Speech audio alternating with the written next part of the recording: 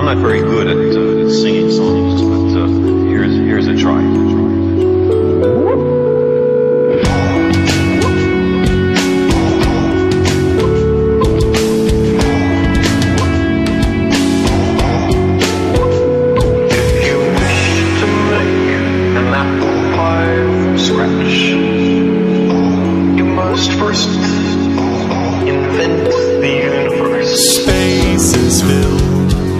A network of wormholes. You might emerge somewhere else in space, somewhere else in the sky calls to us. If we do not destroy ourselves, we will one day venture to the stars.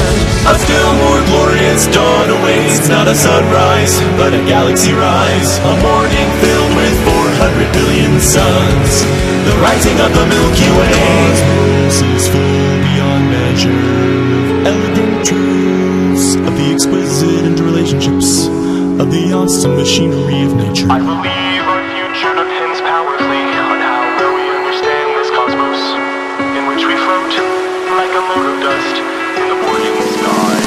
But the brain does much more than just recollect. It intercompares, it synthesizes, analyzes, it generates abstractions. The simplest thought, like the concept of the number one, has an elaborate logical underpinning. The brain has its own language for testing the structure and consistency of the world. A still more glorious dawn awaits, not a sunrise, but a galaxy rise. A morning filled with 400 billion suns, the rising of the Milky Way. The sky calls to us. If we do not destroy ourselves, we will one day venture to the stars.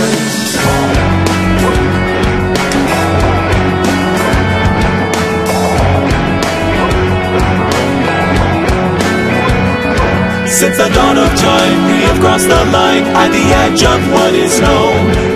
Always asking why it is you and I in this cosmos all alone. Now we're in our prime, sentient sublime. As a species we have grown. Now it's just the sky that we will defy as we enter the unknown. How lucky we are to live in this time, the first moment in human history where we are, in fact, visiting other worlds. A still more glorious dawn awaits, not a sunrise, but a galaxy rise. A morning filled with 400 billion suns, the rising of the Milky Way. A still more glorious dawn awaits, not a sunrise, but a galaxy rise. A morning filled with 400 billion suns, the rising of the Milky Way. The surface of the Earth is the shore of the cosmic ocean. Recently we waded a little way out, and the water seems inviting.